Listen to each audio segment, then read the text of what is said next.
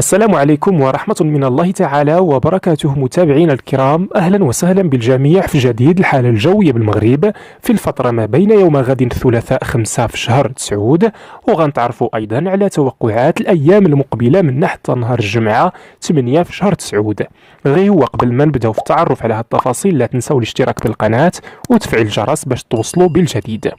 في نهار غدا 3 5 في الشهر فراه الوضعية الجوية غادي تكون مستقرة تماما، يعني الجو غادي يكون مشمس وصافي بمعظم الجهات والأقاليم، ودائما خلال يوم غد الثلاثاء خاصة في العشية فراه غادي تهب رياح غادي تكون نسبيا قوية، السرعة نتاعها غادي تراوح تقريبا ما بين 50 حتى ل 60 كيلومتر في الساعة، يعني ممكن 50 51 55 المهم حتى ل 60 كيلومتر في الساعة متوقعة بشمال إقليم بوعرفة، بني تجيت، مرتفعات إقليم ميدلت، مرتفعات الرشيدية ومرتفعات تنغير. دابا نتعرفوا على درجات الحرارة القصوى خلال يوم غد الثلاثاء 5 شتنبر ببعض مناطق المملكة المغربية إن شاء الله. حيث راه تقريبا غادي تعادل حوالي 27 درجة بمدينة وجدة، 26 درجة بتاوريرت، بالناظور، بالتطوان وأيضا بمدينة تعزة، حوالي 24 درجة بالحسيمة، 25 درجة باب الرد، 23 درجة بمدينة العرائش، 29 درجة غتسجل بسيدي سليمان،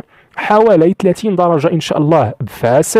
وتقريبا غادي تسجل لنا 38 درجة بفيكيك، 34 درجة بوعرفة وبني تجيت، 33 درجة بمدينة الرشيدية، 28 درجة بوطاط الحاج وميدلت، حوالي 25 درجة بكيكو، 31 درجة بمدينة خنيفرة، وتقريبا غتسجل حوالي 36 درجة بمرزوقة، 35 بزاكورة، 33 درجة بفم زقيد، 30 درجة بتنغير، 22 درجة فقط بتبانت، 32 درجة بورزازات،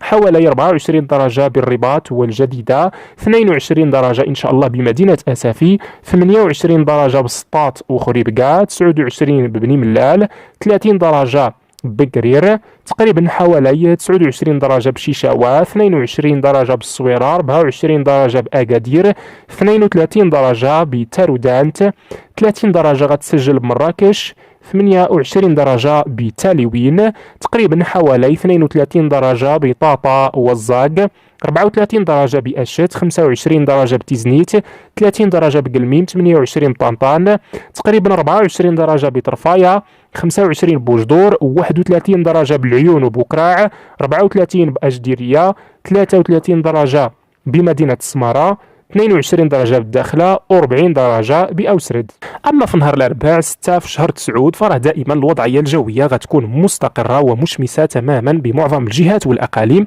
وحتى درجات الحرارة فراه غادي تعرف ارتفاع ملحوظ تقريبا بمعظم جهات المملكة، خاصة المناطق اللي كان فات فيها منخفض جوي في هذه الأيام الأخيرة اللي كانت يعني شهدت أمطار الخير، كان جاب معه كتلة هوائية باردة، كانت منخفضة درجات الحرارة بشكل ملحوظ، خاصة الجهة الشرقية، الريف، الوجه المتوسطية، الشمال الغربي، الأطلس، هذه المناطق غترتفع بها درجات الحرارة بشكل تدريجي. وأيضا بعض الخلايا الرعدية دائما خلال يوم الأربعاء محتملة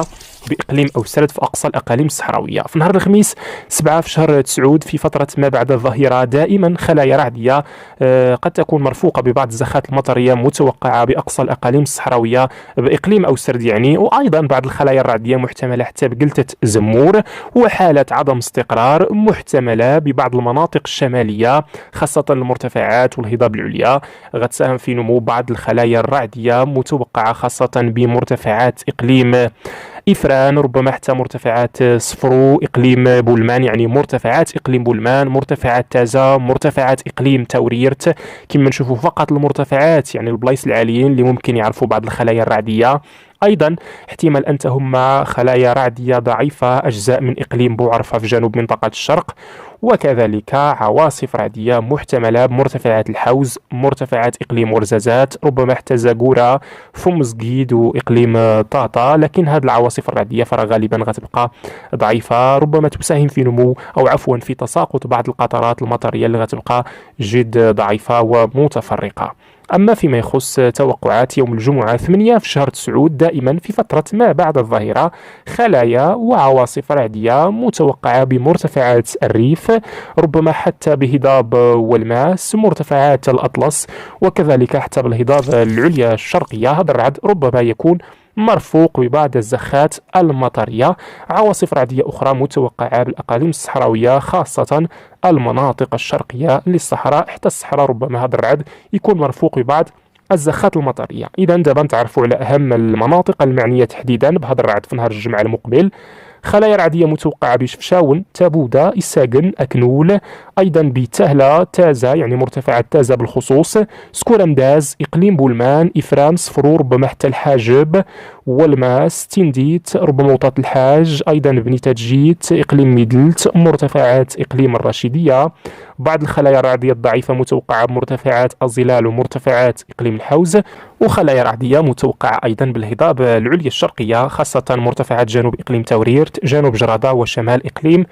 بوعرفة. وخلايا رعدية منتظرة بالأقاليم الصحراوية، خاصة إقليم أوسرد، قلت تزمر، وأجزاء من إقليم بوكراع. وحتى درجات الحرارة غتبقى مرتفعة في النهار تقريبا بمعظم جهات وأقاليم المملكة. متابعينا الكرام، نشكركم على حسن المتابعة، أستودعكم الله، والسلام عليكم ورحمة الله تعالى وبركاته.